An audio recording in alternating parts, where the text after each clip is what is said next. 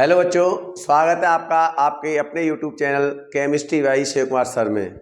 और आज हमारा टॉपिक है क्रिस्टल क्षेत्र सिद्धांत, क्रिस्टल फील्ड थ्योरी यानी CFT। आपको बताया था कि हमने जो BPT बताई थी उसमें कुछ सीमाएं थीं। सीमाएं क्या थी?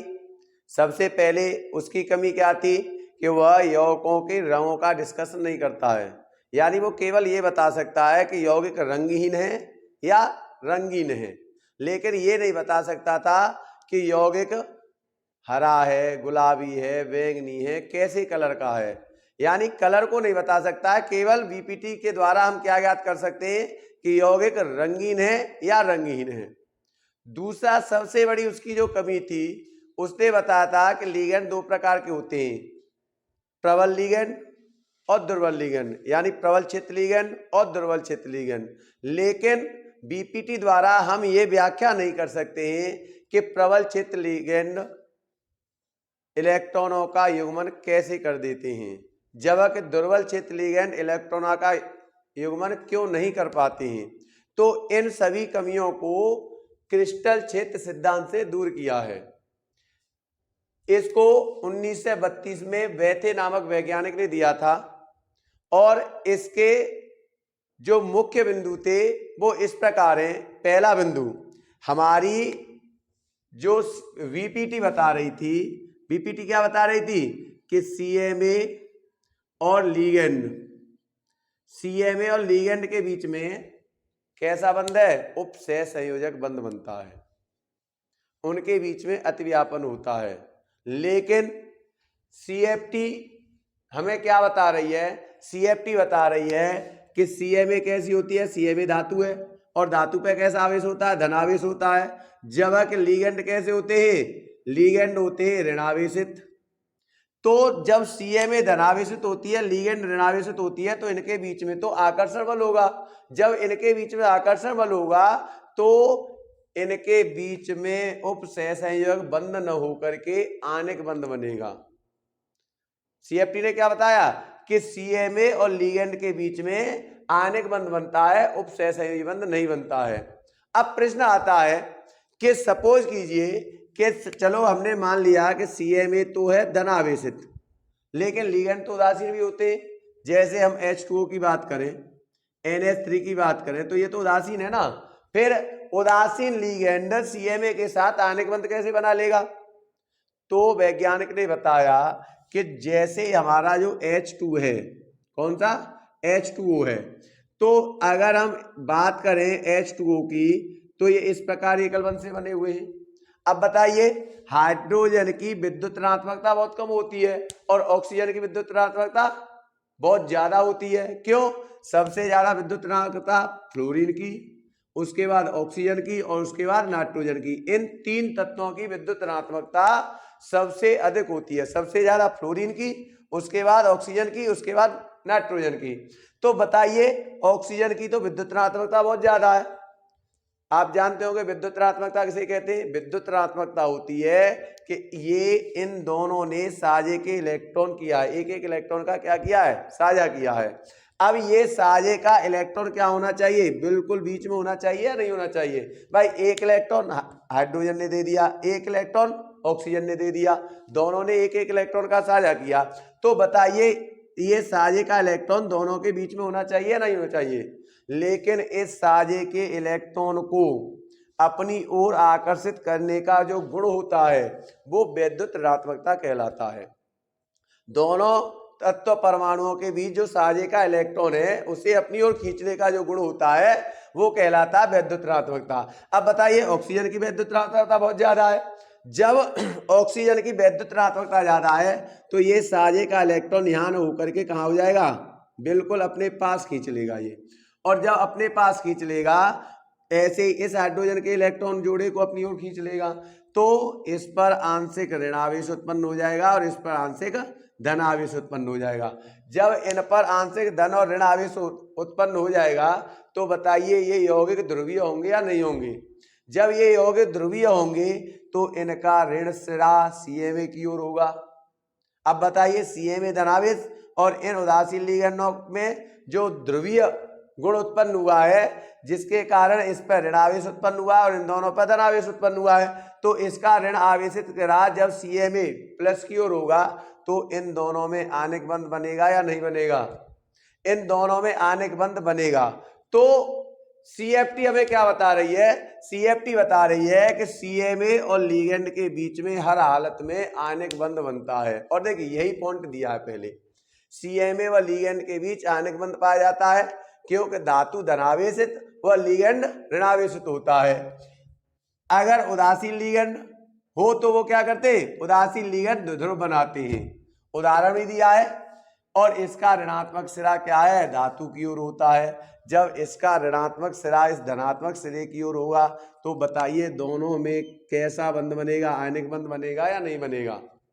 दूसरी बात क्या कह रहे हैं? ऋणात्मक लिगेंड व CMA बिंदु आवेश की तरह कार्य करते हैं, यानी हम ये लिगेंड है, ये CMA है, हमारे पास CMA ले लिया हमने Fe, लिगेंड ले लिया क्लोरीन, तो ये दोनों बिंदु आवेश की तरह कार्य करेंगे। और जब ये दोनों बिंदु आवेश की तरह कार्य करेंगे तो इनमें क्या होगा? आकर्षण होगा। आकर्षण होगा तो बंध कौन सा बनेगा? आयनिक बनेगा। तो CFT बता रही है कि प्रत्येक स्थिति में CMA और लिगेंड के बीच में आयनिक बंध ही बनता है। तीसरा पॉइंट क्या कह रहा है? ये CMA और लिगेंड के बीच अतिव्यापन नहीं होता है, और जब अतिव्यापन नहीं होगा तो कोई उपसहसहयोगी बंध नहीं बनेगा। भाई CMA और लिगेंड के बीच में अतिव्यापन के द्वारा PPT क्या बता रही थी कि CMA और लिगेंड के बीच में अतिव्यापन होता है, और जब अतिव्यापन होगा कक्षकों के बीच में तब जाकर के उपसहसहयोगी बंध बनता है। लेकिन ये क्या बता रही है कि कोई अतिव्यापन नहीं होता है। अगला पॉइंट, मुक्त धातु आयन में सभी डी कक्षक कैसे होते हैं? अपभ्रष्ट होते हैं। अपभ्रष्ट किसे कहते हैं? ऊर्जा में समान। जैसे अब मैं बात करूं,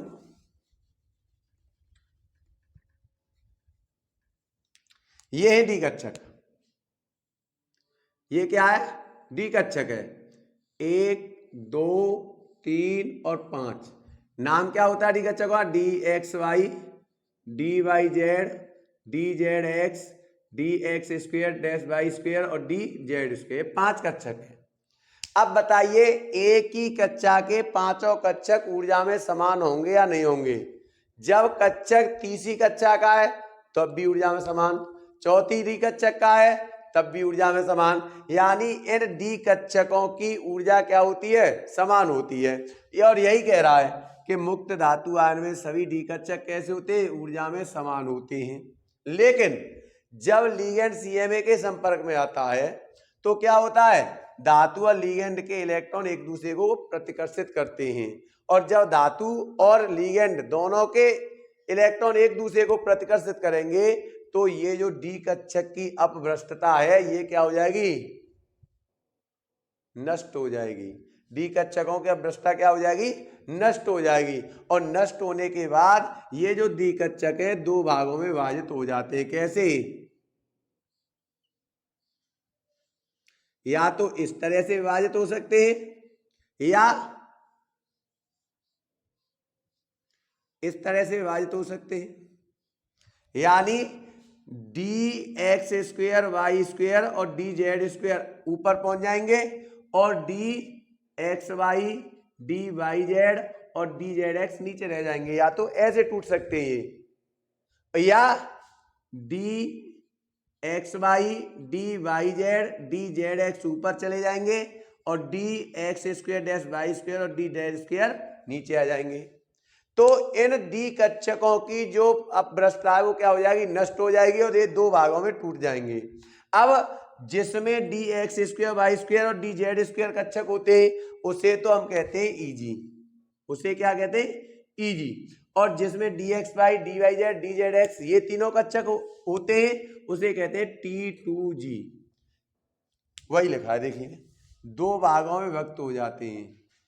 डी कक्षकों की अपभ्रष्टता नष्ट हो जाती है और ये 2 भागों में विभक्त हो जाते हैं। कौन कौन से? DX स्क्वायर वाई स्क्वायर और DZ स्क्वायर, इसे EG समूह कहते हैं, और DXY, DYZ, DZX इसे T2G समूह कहते हैं। अब इनके बीच में जो अंतर होता है ऊर्जा का, यानी ये ऊपर पहुंच गए या नीचे पहुंच गए? या ये ऊपर पहुंच गए ये नीचे पहुंच गए, तो इनके बीच में ये ऊर्जा का अंतर है या नहीं है? इस ऊर्जा के अंतर को, इन दोनों के बीच में जो ऊर्जा का अंतर है उसे CFSE कहते हैं, क्रिस्टल फील्ड विपाटन ऊर्जा, क्रिस्टल फील्ड सेपरेटर एनर्जी।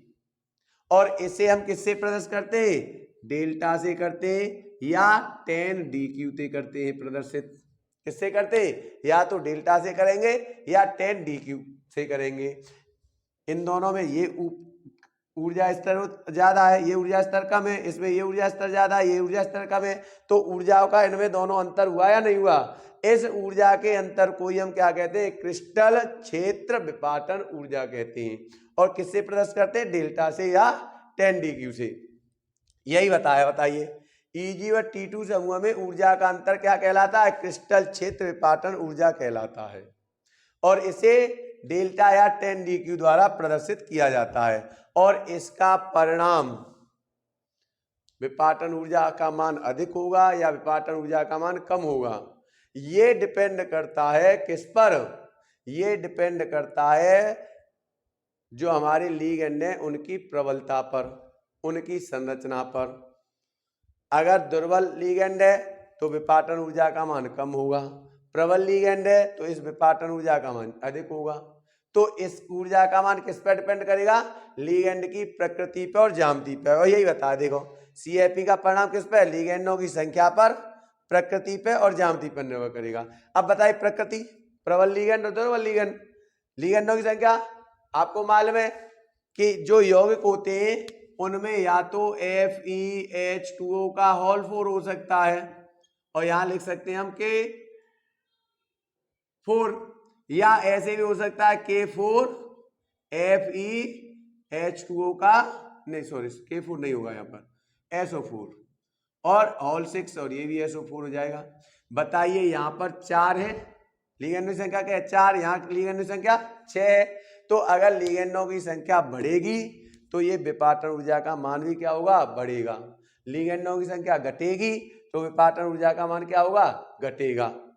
अब प्रश्न आता है कि हमारे पास दो तरह के यौगिक होते हैं, समन्वय संख्या 4 वाले और समन्वय संख्या 6 वाले। तो अब हम आपको समन्वय संख्या 6 वाले यौगिकों का विपाटन बताएंगे। मैं अलग हो रहा हूं, आप स्क्रीनशॉट ले लो। ले लिया?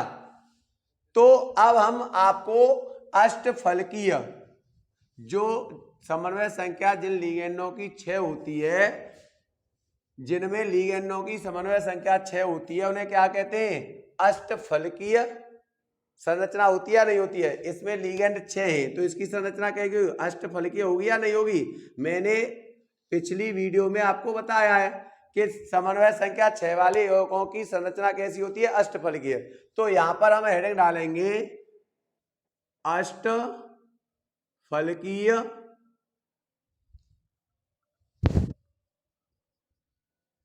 यौगिकों में क्रिस्टल क्षेत्र विपाटन।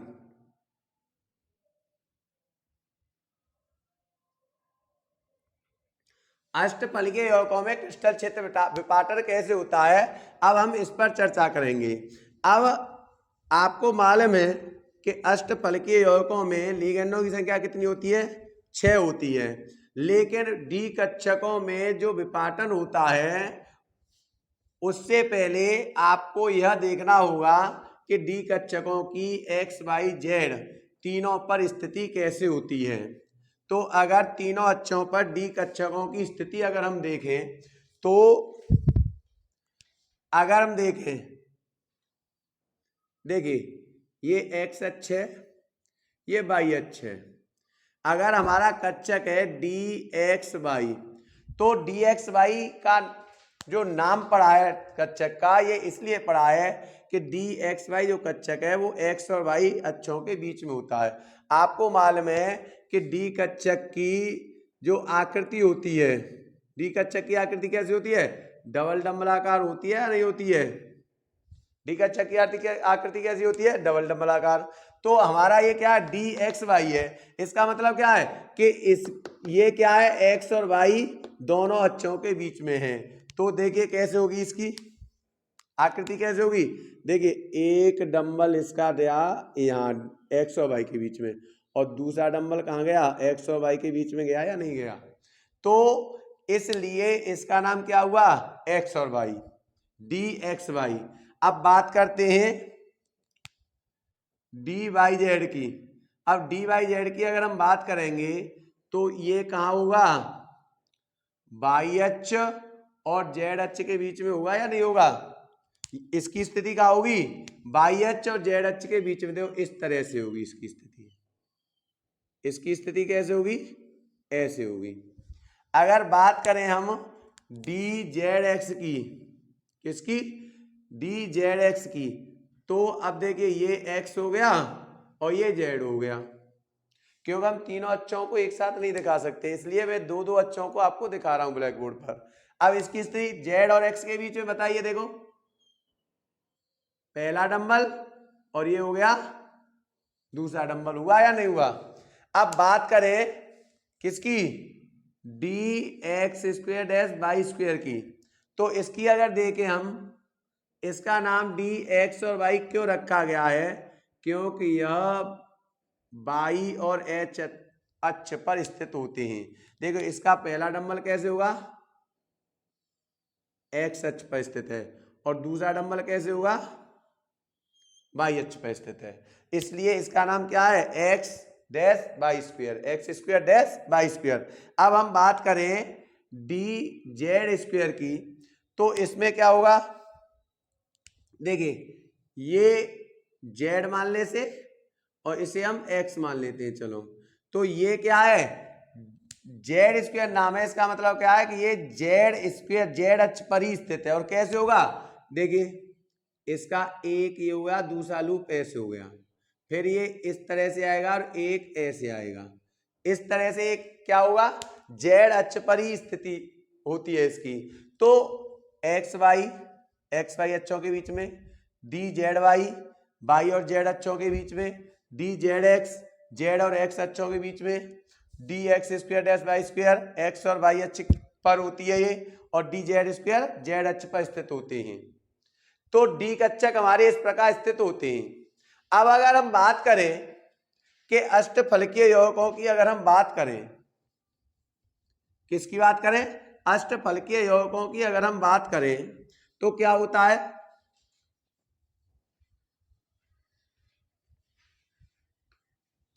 अब बताइए अष्टफलकीय यौगिक लिया, जैसे हमने एक यौगिक लिया K4 FeCN6, ये यौगिक लिया।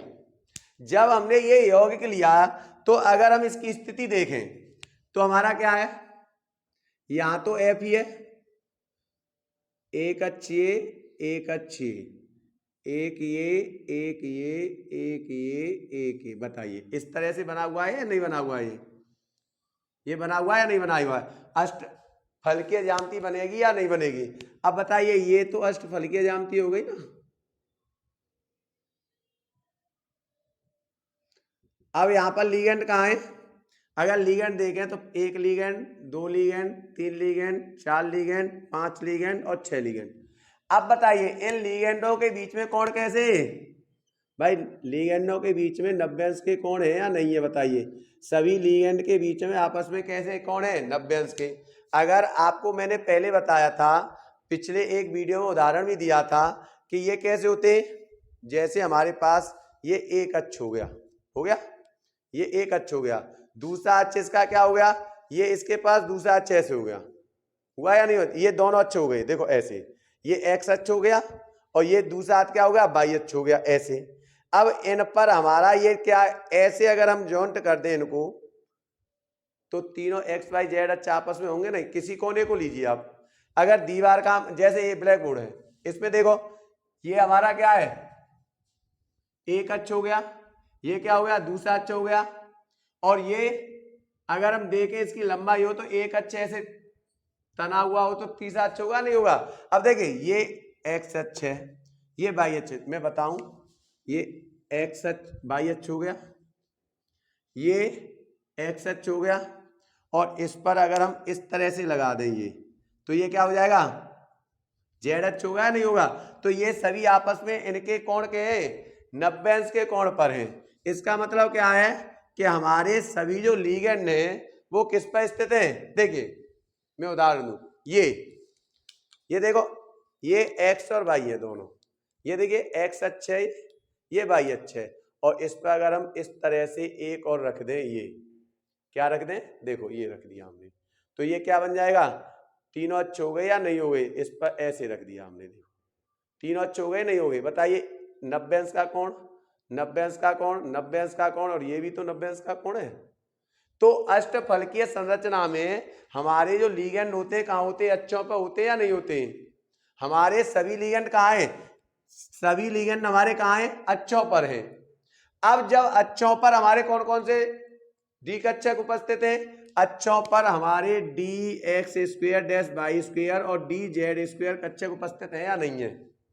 अब बताइए, जब लिगेंड यहां से अच्छों से इलेक्ट्रॉन दे रहा है किसे, सीएमए को, जब लिगेंड अच्छों से सीएमए को इलेक्ट्रॉन दे रहा है, अगर हम कहें तो ये तो हमारा हो गया एक्स अक्ष, देखिए ये क्या हो गया हमारा, ये लिगेंड कहां हो गया, एक्स अक्ष पर हो गया, ये लिगेंड कहां हो गया, देखो वाई अक्ष पर हो गया, ये कहां हो गया, वाई अक्ष पर, और ये लिगेंड कहां है हमारा, देखो जेड अक्ष पर, ये कहां है, जेड अक्ष पर होगा या नहीं होगा, बताइए।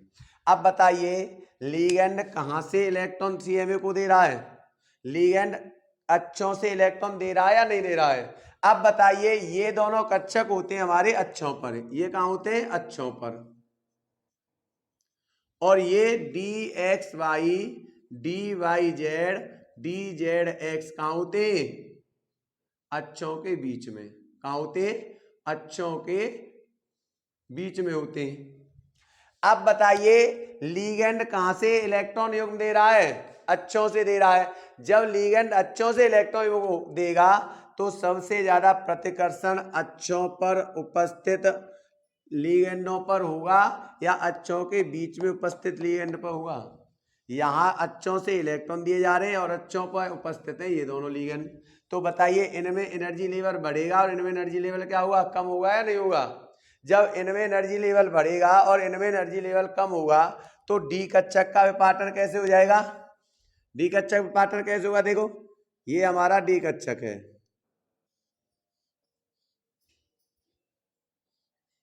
और जैसे ही प्रतिकर्षण इस पर बढ़ेगा इसका एनर्जी लेवल क्या हो जाएगा, और ज्यादा बढ़ेगा, इसका एनर्जी लेवल क्या हो जाएगा, बढ़ जाएगा, और जब एनर्जी लेवल बढ़ेगा तो इसका और ज्यादा एनर्जी लेवल जब बढ़ जाएगा तो इसका विपाटन होगा या नहीं होगा, बताइए इसका विपाटन कैसे हो जाएगा।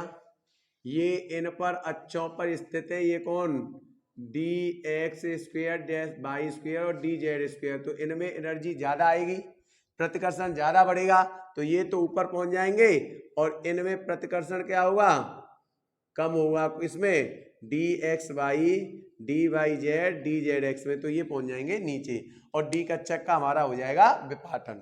भाई यहां पर लिगेंड कहां से दे रहा है, अच्छों से दे रहा है कि नहीं दे रहा है इलेक्ट्रॉन को, और अच्छों पर कौन से हमारे d x square y square और डी जेड स्क्वायर, ये दोनों कक्षक अच्छों पर स्थित है। तो सबसे ज्यादा इलेक्ट्रॉन इलेक्ट्रॉन प्रतिकर्षण किसमें होगा, इन दोनों कक्षकों में होगा या इनमें होगा, क्योंकि ये तो बीच में है। जब ये कक्षक बीच में है, यहां पर स्थित है अच्छों के बीच में, तो इनमें तो प्रतिकर्षण नहीं होगा, और ये अच्छों पर है और अच्छों से इलेक्ट्रॉन दिया जा रहा है, तो इनकी एनर्जी बढ़ेगी या नहीं बढ़ेगी। जब इनकी एनर्जी बढ़ेगी तो ये क्या होगा, ये ऊपर पहुंच जाएंगे और ये नीचे पहुंच जाएंगे। इस तरह से जो अष्टफलकीय यौगिक होते हैं उनमें एनर्जी का डी कक्षक का विपाटन हो जाता है, और इनके बीच की जो ये दूरी होती है, इनके बीच की जो दूरी होती है इसे डेल्टा ओ कहते हैं। और यहाँ डेल्टा ओ क्यों लगा हुआ है, डेल्टा का मतलब है एनर्जी का विपाटन, क्रिस्टल क्षेत्र एनर्जी है, और वो किसकी है, ओ ऑक्टाहेड्रल यौगिकों की, यानी अष्टफलकीय यौगिकों की। तो ओ क्या बता रहा है, अष्टफलकीय यौगिक को बता रहा है, या इसे 10 DQ कह देते हैं। क्या कह देते हैं हम, 10 DQ। अब देखिए इनमें ये विपाटन हो गया या नहीं हुआ, इनका विपाटन हुआ द्विकक्षक का इस तरह से। तो अगर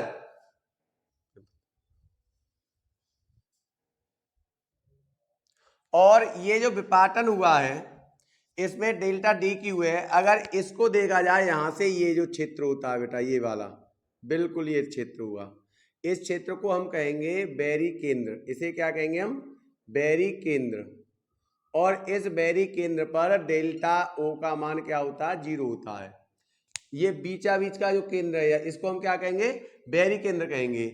और बैरी केंद्र से ऊपर यानी ये जो जगह है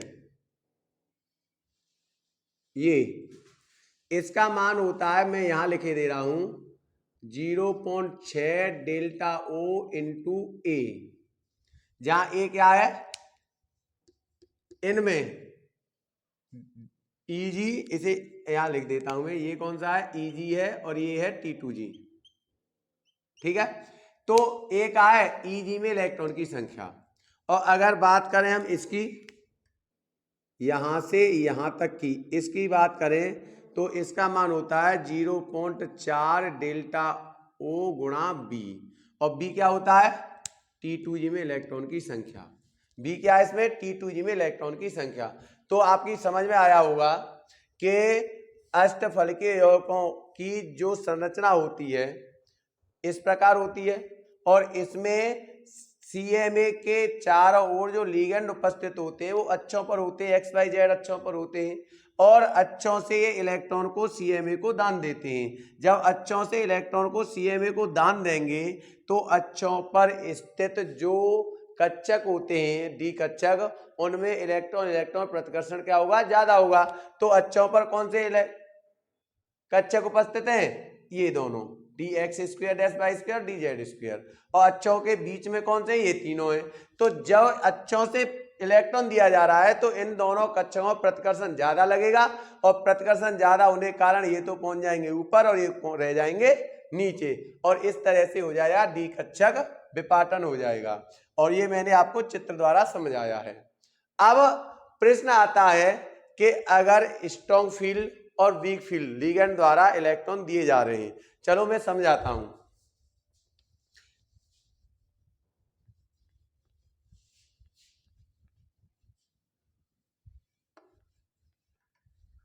अब देखिए, हमारा ये डी कक्षक है, ये क्या है? डी कक्षक है, और ये क्या है? ऊर्जा में समान है, dxy dy/z dzx dx² और dz²। अब बताइए, जैसे ही प्रतिकर्षण बढ़ेगा तो एनर्जी लेवल इनका बढ़ेगा या नहीं बढ़ेगा? एनर्जी लेवल इन पर बढ़ेगा या नहीं बढ़ेगा? 5 इलेक्ट्रॉन का। ऐसे ही यहां पर एनर्जी लेवल क्या हो गया? बढ़ गया।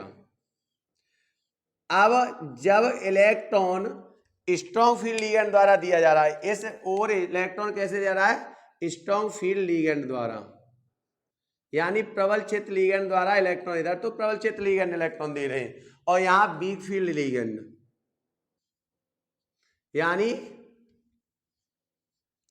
दुर्बल क्षेत्र लिगेंड इलेक्ट्रॉन दे रहे हैं। जब प्रबल क्षेत्र लिगेंड इलेक्ट्रॉन देंगे तो ये क्या करेंगे? इस डी कक्षक का जो विपाटन है वो क्या हो जाएगा? अधिक हो जाएगा।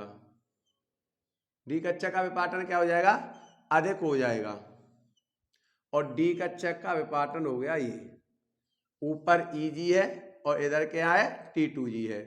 Eg में कौन से होते हैं? dx² y² और dz²। Eg में कौन से होंगे? dxy dyz और dzx। अगर हम बात करें दुर्बल क्षेत्र लिगेंड की, तो दुर्बल क्षेत्र लिगेंड भी इलेक्ट्रॉन का विपाटन, डी कक्षक का विपाटन करेंगे, लेकिन डी कक्षक का विपाटन ये कैसे करेंगे? कम करेंगे। इनमें ऊर्जा लेवल क्या होगा? कम होगा। अब बताइए, ये तो Eg हो गया और ये हो गया T2G। यहाँ पर dx² y² और dz² हो गया, और ये dxy dyz और dzx हो गया। अब बताइए ये क्या कहलाएगा? ये हुआ बैरी केंद्र। क्या होगा? बैरी केंद्र। और यहाँ पर डेल्टा O बराबर होगा 0। इसमें क्या होगा, देखिए ये होगा बैरी केंद्र, क्या होगा ये बैरी केंद्र, और यहाँ डेल्टा ओ बराबर क्या होगा 0। यहां से और यहां तक की जो दूरी होगी ये होगी 0.6 डेल्टा ओ इंटू ए, और ये दूरी क्या कहलाएगी 0.4 delta O into B. Same process इधर होगी, ये क्या कहलाएगी 0.6 डेल्टा ओ इंटू ए, और ये क्या कहलाएगी 0.4 delta O into B. A B क्या है, ए है Eg में इलेक्ट्रॉन की संख्या और बी है T2G में इलेक्ट्रॉन की संख्या। अब अगर हम देखें कि यहां पर इलेक्ट्रॉन कितने 4, 0.6, और हाँ ये मान होता है धनात्मक और ये मान होता है ऋणात्मक। इसमें ऊपर वाला मान क्या होगा धनात्मक और नीचे वाला मान होगा ऋणात्मक। अगर हम देखें इसमें 4 इलेक्ट्रॉन होते हैं तो 0.6 गुणा 4 करेंगे तो 2.4 होगा या नहीं होगा। देखो इधर क्या होगा 0.6 इंटू 4 इक्वल टू 2.4 काय के होंगे प्लस के। इधर देखें तो 0.4 इंटू के इलेक्ट्रॉन होंगे इसमें अधिकतम 6। देखिए 2.4 किसके होंगे माइनस के, दोनों कट के बैरी केंद्र पर ऊर्जा का मान क्या हो जाएगा 0 होगा या नहीं होगा भाई। ये धन के 2.4 ये ऋण के 2.4 दोनों कटेंगे, बैरी केंद्र पर एनर्जी लेवल क्या हो जाएगा 0 होगा या नहीं होगा। तो इस तरह से बैरी केंद्र पर एनर्जी लेवल क्या हो जाता है 0 हो जाता है। अब क्या होता है बेटा, जब स्टोनफील्ड लिगेंड द्वारा इलेक्ट्रॉन दिया जाता है तो ऊर्जा का विपाटन हो जाता है ज्यादा। अब ऊर्जा का विपाटन जब ज्यादा होता है तो इलेक्ट्रॉन, पहला इलेक्ट्रॉन कहाँ जाएगा यहाँ जाएगा, दूसरा इलेक्ट्रॉन कहाँ जाएगा यहाँ जाएगा, तीसरा इलेक्ट्रॉन कहाँ जाएगा यहाँ जाएगा। लेकिन जैसे ही चौथे इलेक्ट्रॉन की बात होगी, अब चौथा इलेक्ट्रॉन यहाँ जाना चाहिए यहाँ जाना चाहिए। अगर हम देखें तो यहाँ पर इस स्टोनफील्ड लिगेंड के लिए जो युग्मन ऊर्जा का मान होता है क्या होता है युग्मन ऊर्जा, और युग्मन ऊर्जा को किससे एनर्जी ऑफ पेयरिंग ईपी, इसका मान क्या होगा ज्यादा होगा कम होगा। युग्मन ऊर्जा का मान क्या होगा कम होगा, किससे विपाटन ऊर्जा से, किससे डेल्टा ओ से। अब बताइए कहने का मतलब है कि युग्मन ऊर्जा अगर इलेक्ट्रॉन यहां आ रहा है तो उसे कम एनर्जी वेस्ट करनी पड़ेगी, और इलेक्ट्रॉन ऊपर जा रहा है तो उसे अधिक एनर्जी वेस्ट करनी पड़ेगी। तो अब बताइए अगला इलेक्ट्रॉन कम एनर्जी वेस्ट करेगा या ज्यादा एनर्जी वेस्ट करेगा। जाहिर सी बात है इलेक्ट्रॉन ये कोशिश करता है कि उसकी एनर्जी कम से कम वेस्ट हो, तो नीचे युग्मन करने के लिए उसे कम एनर्जी की जरूरत है और ऊपर जाने के लिए अधिक एनर्जी की जरूरत है। इसलिए चौथा इलेक्ट्रॉन कहां पहुंच जाएगा यहाँ, पांचवा यहाँ, छठवां यहाँ, तब जाकर के सातवां इलेक्ट्रॉन पहुंचेगा यहाँ। इसलिए जो स्टोनफील्ड लिगेंड होते हैं वो इलेक्ट्रॉन का युग्मन कर देते हैं। अब इधर आइए, जो वीक फील्ड लिगेंड है उनमें युग्मन ऊर्जा का मान, युग्मन ऊर्जा का मान होता है ज्यादा किससे विपाटन ऊर्जा से, किससे विपाटन ऊर्जा से। युग्मन ऊर्जा का मान जब विपाटन ऊर्जा से अधिक होगा तो बताइए, यहां मैं लिख देता हूं युग्मन ऊर्जा ईपी का मान ज्यादा है डेल्टा ओ से। अब युग्मन ऊर्जा का मान ज्यादा है तो एक बताइए पहला इलेक्ट्रॉन ये हो गया, दूसरा ये हो गया, तीसरा इलेक्ट्रॉन ये हो गया। अब चौथे इलेक्ट्रॉन के लिए यहां जाने के लिए तो एनर्जी कम लगेगी और यहां आने के लिए एनर्जी क्या होगी ज्यादा लगेगी। तो इलेक्ट्रॉन यहां आना पसंद करेगा या यहां आना पसंद करेगा। जाहिर सी बात है जब एनर्जी हमारी यहां कम लग रही है तो इलेक्ट्रॉन हमारा यहां आएगा पांचवा। क्यों, कह रहा ना युग्मन ऊर्जा क्या है ज्यादा है, विपाटन ऊर्जा क्या है कम है, यानी यहां जाने के लिए एनर्जी कम है और यहां आने के लिए एनर्जी ज्यादा है, इसलिए इलेक्ट्रॉन कहां पहुंचेगा यहां पहुंचेगा। इसलिए वीक फील्ड जो लिगेंड होते हैं वो इलेक्ट्रॉन का युग्मन नहीं करते हैं। अब दूसरी बात, हुंड का नियम क्या है। हुंडक ने बताया था कि पहले सभी कक्षकों में इलेक्ट्रॉन बढ़ेगा और उसके बाद इलेक्ट्रॉन का होगा युग्मन। लेकिन यहाँ का क्या हो रहा है, पहला इलेक्ट्रॉन, दूसरा इलेक्ट्रॉन, तीसरा इलेक्ट्रॉन और चौथा इलेक्ट्रॉन यहाँ जाना चाहिए, पांचवा यहाँ जाना चाहिए। लेकिन चौथा इलेक्ट्रॉन यहाँ जा रहा है, पांचवा यहाँ, छठवां यहाँ जा रहा है, फिर उसके बाद सातवां इलेक्ट्रॉन जा रहा है इस कक्षक में। तो हुंड के नियम का पालन हो रहा है क्या, हुंड के नियम में हुंड ने तो ये बताया था पहले यहाँ जाना चाहिए, फिर यहाँ, फिर यहाँ, फिर यहाँ, फिर यहाँ। इसके बाद इलेक्ट्रॉन कहाँ जाना चाहिए, यहाँ युग्मन, यहाँ युग्मन, यहाँ युग्मन, यहाँ युग्मन, यहाँ युग्मन। लेकिन इलेक्ट्रॉन कहाँ जा रहा है, यहाँ जा रहा है, यहाँ जा रहा है, यहाँ जा रहा है, फिर यहाँ जा रहा है। तो क्या हुंड के नियम का पालन हुआ, हुंड के नियम का पालन नहीं हुआ। अतः ये क्या है, हुंड के नियम का पालन नहीं करते हैं, हुंड के नियम का पालन नहीं होता है। अब इधर देखें, अगर इधर देखें तो देखो पहला इलेक्ट्रॉन यहाँ, दूसरा यहाँ, तीसरा यहाँ, चौथा यहाँ, पांचवा यहाँ, लगातार इलेक्ट्रॉन जा रहे हैं या नहीं जा रहे। जब जाने के बाद तब यहाँ जा करके युग्मन हो रहा है। तो बताइए हुंड ने यही तो नियम बताया था, पहले सब कक्षकों में इलेक्ट्रॉन जाएगा उसके बाद युग्मन होगा। तो ये क्या होगा, हुंड के नियम का पालन होगा, हुंड के नियम का पालन करते हैं। इस स्थिति में जो वीक फील्ड लिगेंड क्या करते, हुंड के नियम का पालन करते, लेकिन स्ट्रॉन्ग फील्ड लिगेंड हुंड के नियम का पालन नहीं करते हैं।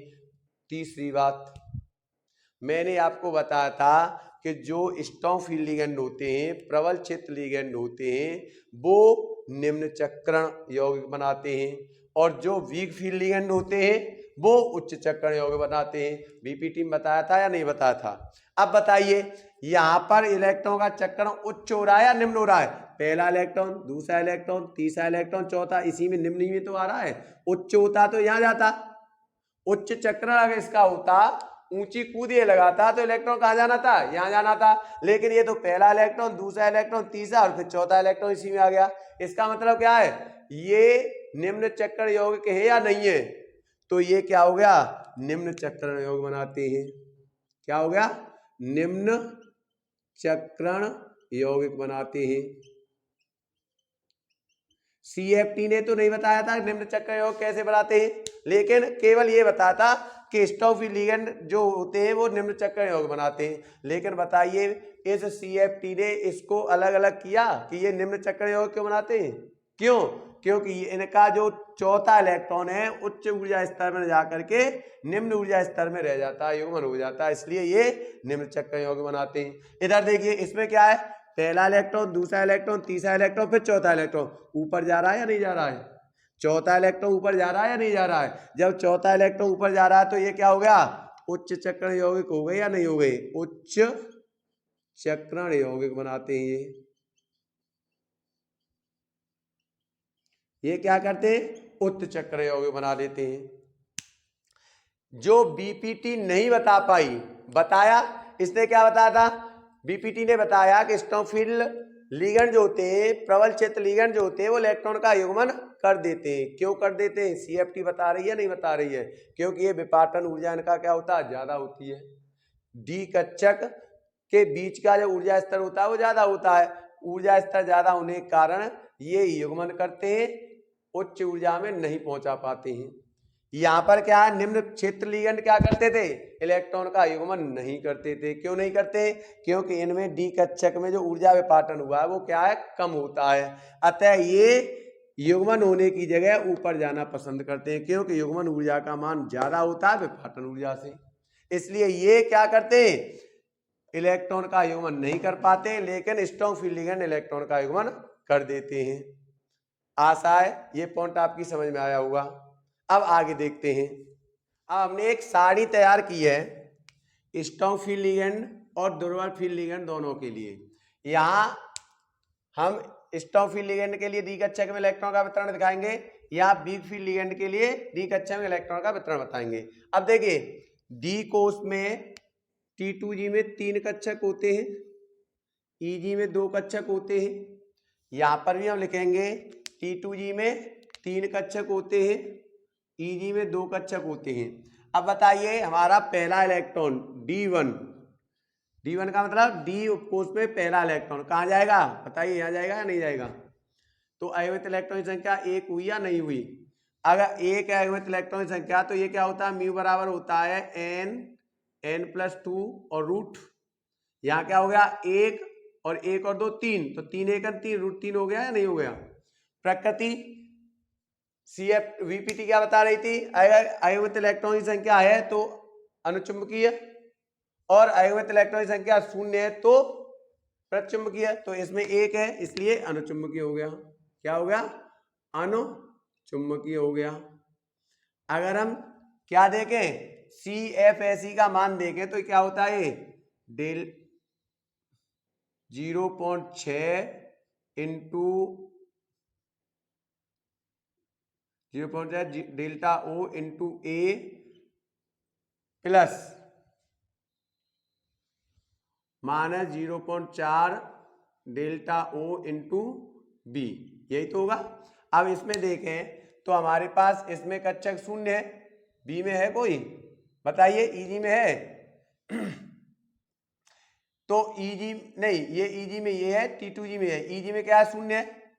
ईजी में, ए में ईजी, तो इसमें शून्य है तो ये तो शून्य हो गया, और इसमें 0.4 गुणा इसमें कितना है? 1, तो कितना हो गया?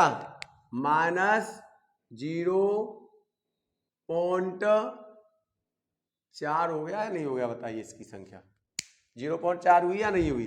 भाई इसमें ए में तो इलेक्ट्रॉन शून्य है, यहां पर ईजी में इलेक्ट्रॉन की संख्या लिखूं, ईजी में इलेक्ट्रॉन की संख्या, और ईजी में इलेक्ट्रॉन की संख्या को हम ए कहते हैं, और 2TG में इलेक्ट्रॉन की संख्या।